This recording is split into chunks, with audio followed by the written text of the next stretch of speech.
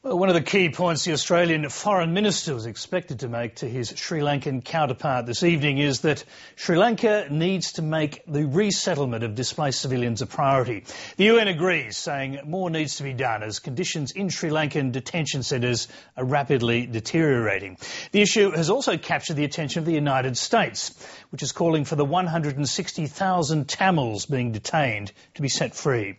The Sri Lankan government says the Tamils are being held for their own safety, claiming landmines in their homelands need to be cleared before they're allowed back.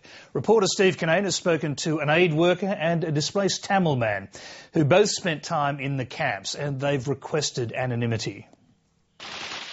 After over 25 years of violence, the civil war between the Tamil Tigers and the Sri Lankan army finally ended in May this year. But the misery has continued for the 300,000 Tamils displaced as a result of the war's final battles. They ended up in camps like these, set up by the government to screen the civilian population for Tamil Tiger fighters. Gobi, as he wants to be known, spent 8 days inside the camp at Manik Farm earlier this year.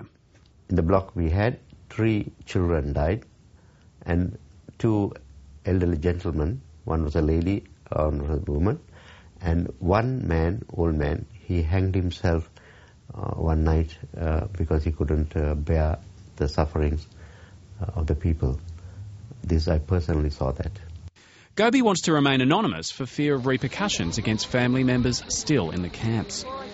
He says the sanitation conditions are appalling, and even worse when it rains.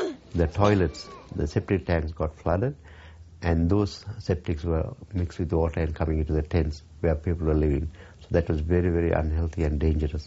But the Sri Lankan High Commissioner to Australia rejects these claims. No, that allegation I don't accept.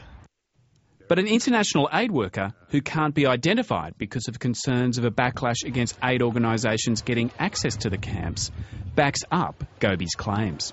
There was tents filled with up to 30 centimetres of water. Of course, once you've got pit latrines, very dense population of people living in tents, and you've got raw sewage moving around, flowing into the tents. There was a lot of sickness after that. These photos are supplied by the Tamil Congress, who say conditions will get worse. November is the beginning of the monsoon season. This aid worker says poor sanitation is compounded by a lack of medical facilities. He says doctors are only in the camps between 10 a.m. and 2 p.m. If kids have got a fever during the night, there's no way for the parents to access medical, and there's cases of kids dying of treatable diseases just because of the lack of access to medical facilities. Once again, the Sri Lankan High Commissioner rejects these charges. No, I completely reject the allegation. There are no deaths.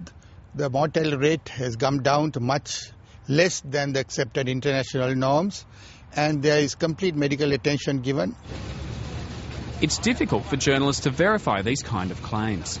The media is rarely allowed into the camps, and when they are, it's under strict supervision. And the controlled access also makes it difficult to test allegations of abductions and rapes coming out of the camps. Gobi says he knows of a case where 5 girls disappeared.